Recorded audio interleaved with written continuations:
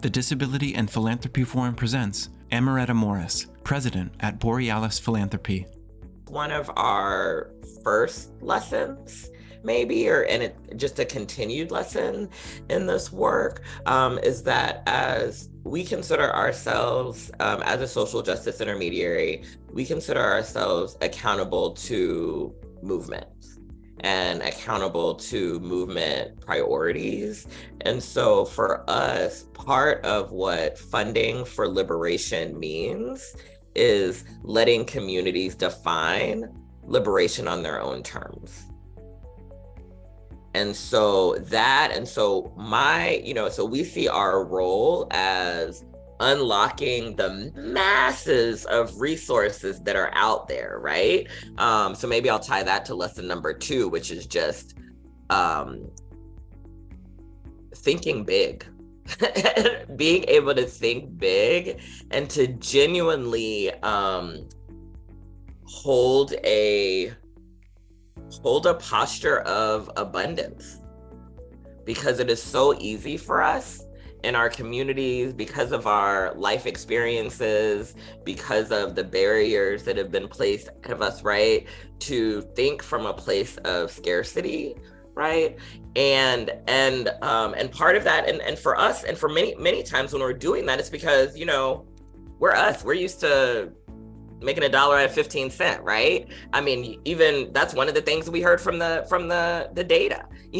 There's so little money going to this work.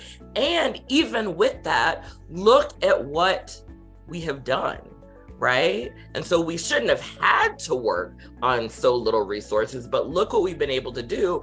And but just because we've had to work with pennies, it's this duality of working with these fewer resources that we've been given while still pushing ourselves to maintain this notion and idea and frame of abundance.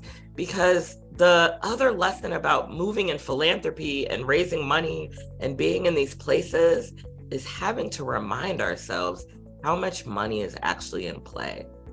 Right? Like, I was in a meeting the other day and being reminded that there's $234 billion with a B, $234 billion in donor advised funds right now, right? And so that's money that folks are getting a charitable write-off for because they've placed it in a donor advised fund at some financial institution. But that money doesn't actually have to move and reach communities. $234 billion. Right? And so when a funder, or if I'm a funder, thinking that somebody is going to, completely eradicate ableism or eradicate ableism within the climate justice movement on a $50,000 grant, that's a problem. And so it's my job, right, as a funder, as a grant maker, right, to really be able to think more broadly, to figure out, how do I right size the resources that I'm trying to move to match the scale of the change that we hope to see, right? So how do I give at the scale of the problem? And also knowing that I can't do this alone, right? At Borealis, we absolutely know that we can't do this alone. So really what giving at the scale of the problem means is collaboratively giving, right? It's collaboratively giving. It's creating vehicles for alignment, creating vehicles for aligned action and complementary action. Because in order to kind of have the resources that groups really need to be able to make big change, that takes more than just one of us. And so thinking that, right, kind of an organization's going to be able to do it on just that one grant that I'm able to give them, or for just that 1 year that I'm able to give it to them for, right, is not how change is going to happen.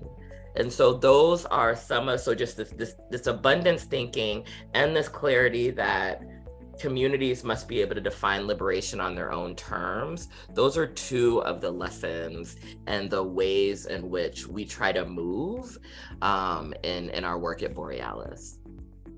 To continue your learning journey, visit disabilityphilanthropy.org.